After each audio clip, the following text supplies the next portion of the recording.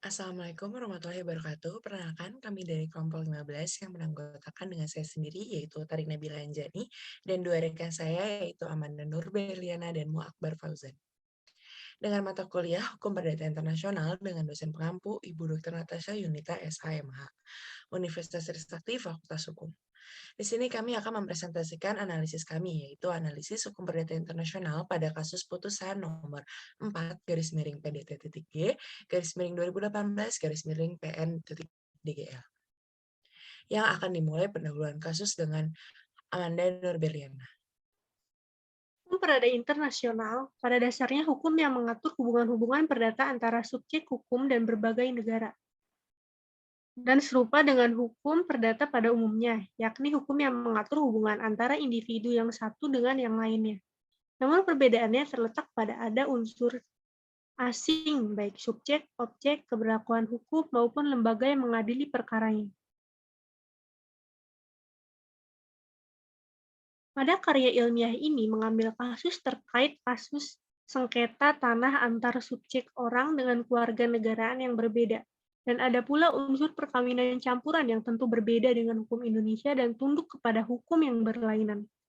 Dan di dalam kasus ini mencakup keterkaitan perkawinan campuran dan berdampak pada pembagian warisan dari orang tua. Warisan adalah peninggalan yang ditinggal pewaris kepada ahli pewaris atau berdasarkan keturunan. Selanjutnya, penelitian terkait mengenai duduk perkara pada kasus ini, yaitu pada awalnya tahun 1988 sampai dengan 1989, almarhum Mr. Wang Shengxiong dan penggugat datang ke Indonesia dengan tujuan membuka usaha pengelolaan kayu ekspor bernama perusahaan Tiwan Indota Co. LDT, di mana almarhum Mr. Wang Shengxiong sebagai direktur utama dan penggugat sebagai kepala keuangan dan pembukuan. Pada awal datang ke Indonesia, untuk sementara, Mr. Wang Shengxiong dan penggugat tinggal di rumah saudara, yaitu Pak Kamarudin Kirti, dan bekerja sama dengan Pak Rendy Ramajijo dan Kamarudin Kirti, yang sebagai asong, untuk membeli 2 bidang tanah dengan nomor sertifikat 158 Mamboro, seluas 7.350 meter persegi yang terletak di Kelurahan Mamboro, Kecamatan Palu Utara, dan dibangun pabrik sawmill. Setelah setahun bekerja sama, terjadi masalah antara almarhum Mr. Wang Shengxiong dan penggugat dengan Pak Rendy Ramajido dan Kamarudin Kirti. Pada saat inilah almarhum Mr. Wang Shengxiong dan penggugat mengenal tergugat, sehingga meminta tolong kepada tergugat agar membantu menerjemahkan ke bahasa Indonesia. Pada akhirnya, tergugat menjadi karyawan atau sekretaris dan mendapatkan gaji untuk membantu menerjemahkan ke dalam bahasa Indonesia. Hasil penyelesaian masalah antara almarhum Mr. Wang Shengxiong dan penggugat dengan Pak Rendy Ramajido dan Kamarudin Kirti, yaitu sepakat bahwa semua tanah aset dan bangunan pabrik dan kantor atau rumah tersebut di Mamboro yang telah dibeli oleh penggugat dan almarhum Mr. Wang Shengxiong dikembalikan kepada penggugat dan almarhum Mr. Wang Shengxiong. Karena warga negara asing tidak dapat mengatasnamakan tanah, maka almarhum Mr. Wang Shengxiong dan penggugat meminta izin untuk nama tergugat didaftarkan sebagai pemilik tanah yang terletak di Mamboro. Pada tahun 1990, almarhum Mr. Wang Shengxiong merasa saling percaya dan berkecocokan dengan tergugat. Akhirnya mereka memilih untuk kawin secara pribadi menurut agama Kristen dan tanpa surat nikah dan mengangkat penggugat sebagai anak angkatnya. Lalu hidup bersama sejak dari tahun 1990 sampai dengan tahun 2011. Bisnisnya berhasil dan sukses, sehingga berhasil memperoleh aset sebidang tanah persil yang saat ini menjadi objek sengketa, yaitu tanah tersebut masih dikuasai oleh tergugat, maka penggugat memiliki alasan yang kuat menginginkan proses pembagian hasil penjualan terhadap aset milik almarhum Mr. Wang Shengxiong berdasarkan Surat Akta Notaris Nomor 4 tanggal 18 September 2014 yang dibuat di hadapan Notaris M.R. Tumonggor SH mengenai hibah wasiat yang telah diberikan almarhum Mr. Wang Shengxiong. Ditariknya tergugat 1 dan turut tergugat 2 karena mereka bersama-sama dengan tergugat membeli tanah yang sekarang menjadi sengketa, yaitu sertifikat hak milik tanah nomor 253 dengan luas 12.255 meter persegi Lalu sertifikat hak milik nomor 312 dengan luas 759 meter persegi, sertifikat hak milik nomor 403 dengan luas 5.119 meter persegi, dan sertifikat hak milik nomor 249 dengan luas 4.189 meter persegi tercatat dan atas nama Telly Leong, Christian Tedore, dan Ang Frankie Anthony. Hal tersebut merupakan etikat buruk untuk mengalihkan, memindahkan, atau menjual kembali tanah objek sengketa kepada pihak lain.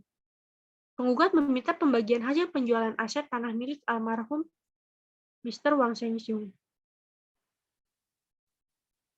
Dalam pertimbangan hukum tingkat pertama, bahwa gugat-penggugat tidak memiliki legal standing yang menegaskan bahwa penggugat sebagai kepala keuangan serta penggugat tidak memiliki hubungan darah maupun hubungan perkawinan ataupun kerja dengan tergugat dan turut tergugat.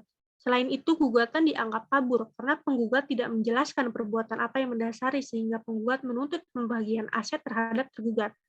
Gugatan penggugat tidak terang isinya di mana antara posita dan petitum tidak bersesuaian. Posita menjelaskan mengenai pengangkatan anak, maka dalam petitum dimintakan hal-hal yang berhubungan dengan kewarisan. Penggugat memohon ditetapkan sah sebagai ahli waris dan sah surat hibah wasiat dan penggugat meminta pembagian hak atas bagian Mr. Wang Shengxiong, sehingga menjadi tugas penggugat untuk membuktikan dalil positanya tersebut dalam pokok perkara. Berdasarkan alasan gugatan, maka hakim dalam memeriksa dan mengadili perkara ini memutuskan dan mengabulkan permintaan penggugat seluruhnya, dan bahkan kedudukan penggugat sebagai ahli waris, surat hibah wasiat Akta nomor 4 tanggal 19 September 2014, bagian untuk tergugat sebesar Rp7.644.333.000 sah menurut hukum. Selanjutnya, putusan nomor 9 PDT 2019 PTPAL yang merupakan tingkat banding antara kasus tergugat Yu Jungjung dan tergugat dan turut tergugat Nyonya Nelly Leong, Christian Tedore, dan juga Ang Frankie Anthony. Permohonan banding dari pembanding semula penggugat diajukan dalam tenggang waktu dan menurut tata cara telah ditentukan oleh undang-undang. Maka permohonan banding tersebut secara formil dapat diterima. Dalam memori banding, diajukannya rasa keberatan atas putusan Pengadilan Negeri Donggala. Dalil yang diajukan oleh pembanding, yaitu dahulu tergugat, yaitu bahwa Yudek Fakti tidak cermat menganalisa dan tidak objektif mempertimbangkan serta menilai kedudukan atau kapasitas pembanding, yaitu Yu Jungjung, sehingga merugikan kepentingan penggugat sebagai penerima hibah wasiat yang sah dari almarhum Mr. Wang Shengxiong. Selain itu, Yudek Fakti tidak menilai dan tidak mempertimbangkan secara objektif surat perjanjian kesepakatan tanggal 18 Februari 2005 antara terbanding dan pertimbangan majelis hakim mengenai apakah objek sengketa merupakan hasil usaha bersama-sama antara almarhum Mr. Wang Shengxiong dengan Telly Leong adalah salah dan keliru. Berdasarkan uraian dalam memori banding yang telah diajukan, hakim mengadili menerima permohonan banding dari pembanding, yaitu dahulu tergugat, dan membatalkan setidaknya memperbaiki putusan Pengadilan Negeri Donggala nomor 4 PDTG 2018 PN-DGL tanggal 17 Desember 2018. Selanjutnya, putusan nomor 486K PDT 2020 yang merupakan tingkat kasasi Nyonya Nelly Leong, Christian Tedore, dan Ang Frankie Anthony melawan Yu Jungjung. Memori kasasi yang diajukan merupakan bagian yang tidak terpisahkan dari putusan sebelumnya. Para pemohon kasasi meminta agar menerima atau mengabulkan permohonan kasasi dan memori kasasi dari pemohon kasasi secara keseluruhan. Membatalkan putusan Pengadilan Tinggi Palu nomor 9 PDT 2019 PTPAL. Memutuskan atau menjatuhkan putusan Pengadilan Negeri Donggala nomor 4 PDTG 2018 PN-DGL terhadap pemohon kasasi dan menghukum termohon kasasi untuk membayar keseluruhan biaya perkara ini pada keseluruhan tingkat. Mahkamah Agung berpendapat bahwa terhadap alasan tersebut dapat dibenarkan, karena setelah meneliti memori kasasi tanggal 13 Mei 2019 dan kontra memori kasasi tanggal 29 Mei 2019, dihubungkan dengan pertimbangan Pengadilan Tinggi Sulawesi Tengah di Palu telah salah menerapkan hukum, bahwa pengangkatan anak di hadapan notaris adalah tidak sah. Pengangkatan anak tersebut tidak sesuai dengan SEMA nomor 6 tahun 1983 Junto SEMA nomor 4 tahun 1989 Junto SEMA nomor 3 tahun 2005 dan Undang-Undang tentang Perlindungan Anak yang mengatur bahwa pengangkatan anak wajib melalui penetapan dan putusan pengadilan.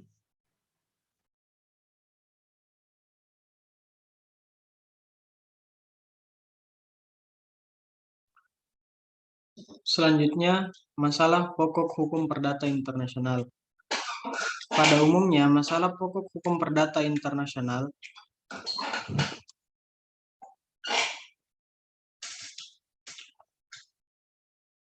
ialah hakim atau badan peradilan. Manakah yang berwenang menyelesaikan perkara hukum yang mengandung asing? Hukum manakah yang harus diberlakukan untuk mengatur dan atau menyelesaikan persoalan hukum yang mengandung asing? Dan bila mana atau sejauh mana pengadilan harus memperhatikan dan mengakui putusan asing atau mengakui hak-hak terbit berdasarkan hukum atau putusan pengadilan. Peraturan Perundang-undangan Nasional Indonesia secara khusus belum ada yang mengatur secara lengkap dan sah kaidah-kaidah hukum perdata internasional. Yang ada merupakan peninggalan sistem hukum Hindia Belanda. Hal ini termasuk pada internasional yang merupakan peninggalan sistem hukum Hindia Belanda. Dan hal ini termuat pada Algemene Bepaligen van Wetgeven voor Indonesia yang telah diundangkan oleh pemerintah Hindia Belanda sejak 30 April 1987.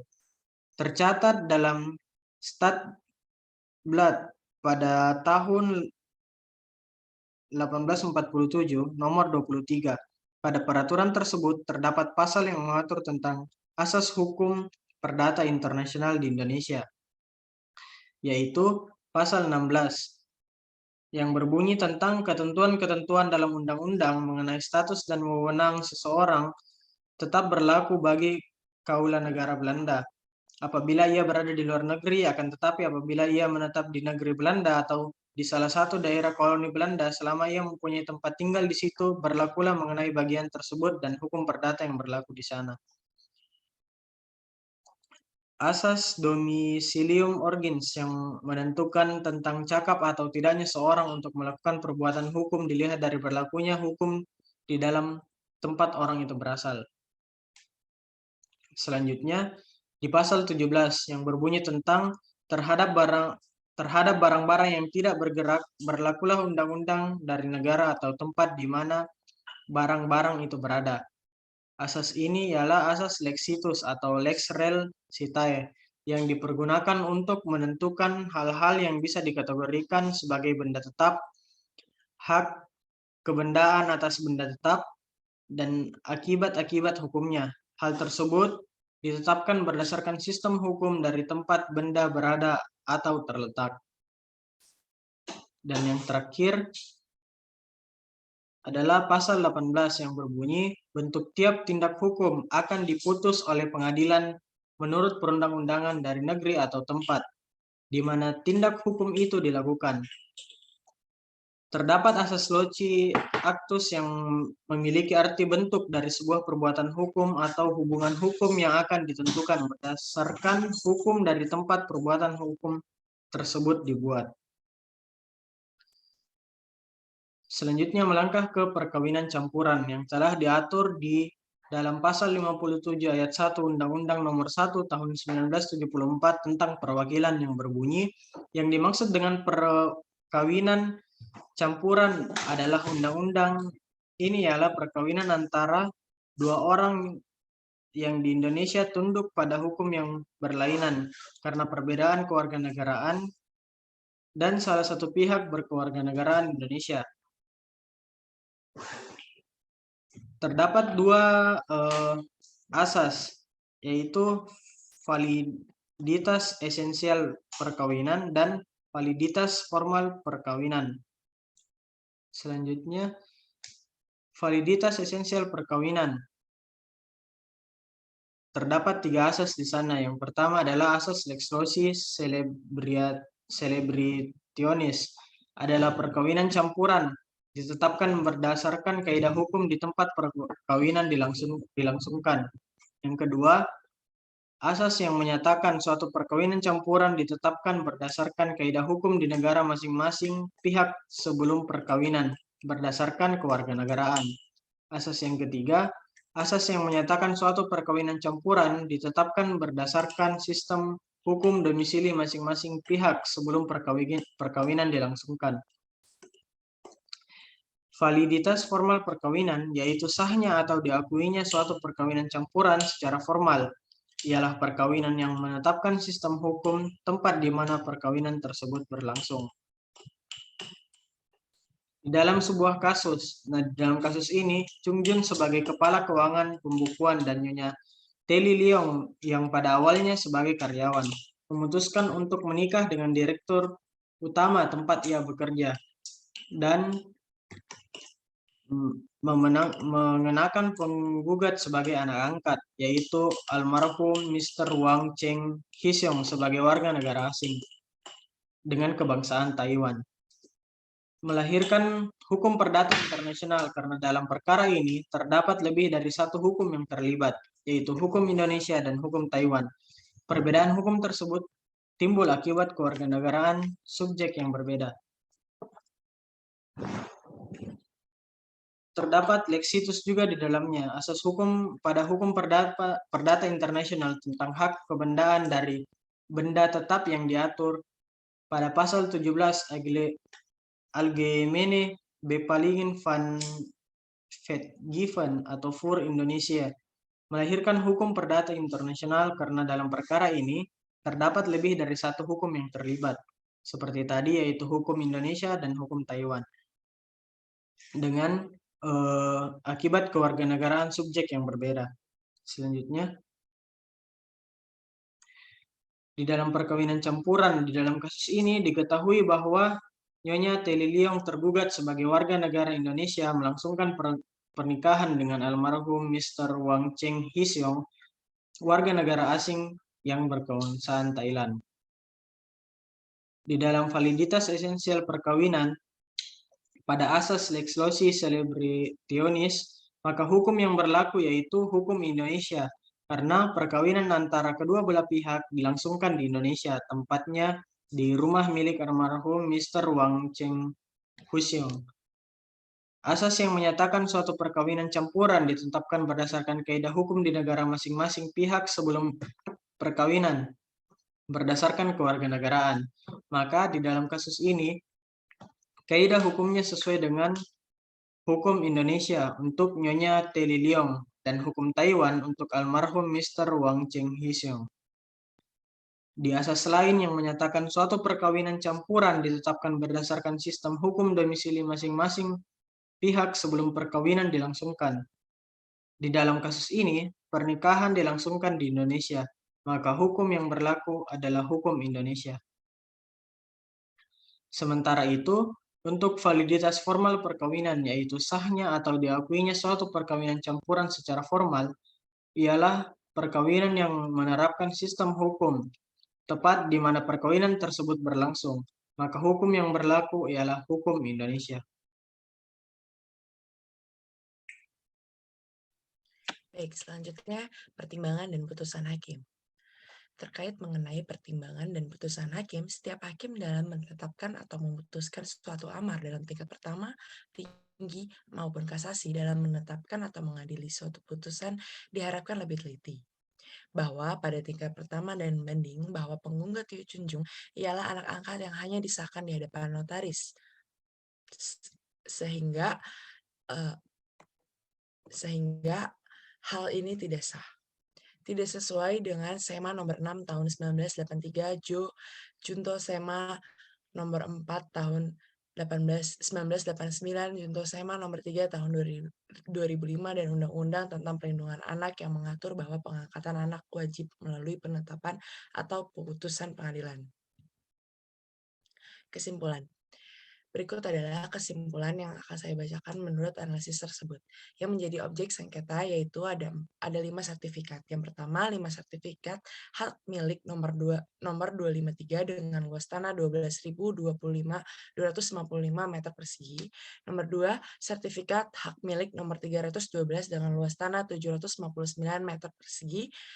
Nomor 3, sertifikat hak milik nomor 403 dan dengan luas tanah 5.119 meter persegi. Nomor 4, sertifikat hak milik nomor 249 dengan luas tanah 4.189 meter persegi. Nomor 5, sertifikat hak milik nomor 256 dengan luas tanah 7.848 meter persegi. Berdasarkan teori dan analisa pembahasan terhadap kasus waris sengketa tanah, penggugat meminta pembagian hasil aset tanah penjual milik almarhum Mr. Wang Cheng-Hsiung kepada Nyonya Tali Leong. Namun semua sertifikat sudah beratas nama ketiga tergugat, yaitu dan Yu Chun-chung tidak dapat membuktikan dalil gugatannya. Maka putusan hakim pada tingkat pertama dengan nomor 4 garis miring PDT.G garis miring 2018 garis miring PN.DGL, hakim menolak gugatan penggugat atas dasar tersebut. Penggugat kembali meminta putusan banding dan dikabulkan dengan nomor 9 garis miring PDT garis miring 2019 garis miring PT PAL. Dan hakim mengabulkan gugatan penggugat, dan yang berakhir penggugat dinyatakan menang dengan alasan hakim mengabulkan menyatakan akta notaris nomor 3 tanggal 14 April tahun 2015 tentang affidavit atau pernyataan di bawah sumpah bahwa penggugat pada tahun 1970 berumur 13 tahun diangkat anak oleh Wang Cheng-Hsiung dan memberikan haknya untuk mengurus semua harta miliknya. Dan berhak mendapatkan setengah atas sengketa tanah yang dimiliki Wang Cheng-Hsiung dan tergugat sebagai harta waris. Tidak berhenti di situ, tergugat pun mengajukan pada tingkat kasasi dengan nomor putusan 486K garis miring PDT garis miring 2020 yang diajukan oleh tergugat dan kawan. Dan hakim mengabulkan permohonan kasasi dan membatalkan putusan nomor 9 garis miring PDT garis miring 2019 garis miring PT PAL pada tanggal 16 April 2019 yang membatalkan putusan pengadilan nomor 4 garis miring PDT.G garis miring 2018 garis miring PN.DGL pada tanggal 17 Desember 2018. Karena demikian, kelima sertifikat tanah yang menjadi objek sengketa bukan atas nama Wang Cheng-Hsiung, tetapi atas nama orang lain. Bahwa tidak terbukti jika penggugat sebagai anak angkat dari Wang Cheng-Hsiung, maka penggugat tidak dapat memiliki hak atas peninggalan Wang Cheng-Hsiung. Bahwa pertimbangan Judex Fakti Pengadilan Negeri sudah tepat dan benar, oleh karenanya diambil oleh Mahkamah Agung. Sekian presentasi dari kelompok kami. Sebelumnya mohon maaf jika banyak salah kata. Wassalamualaikum warahmatullahi wabarakatuh. Terima kasih sudah mendengarkan analisis putusan kami.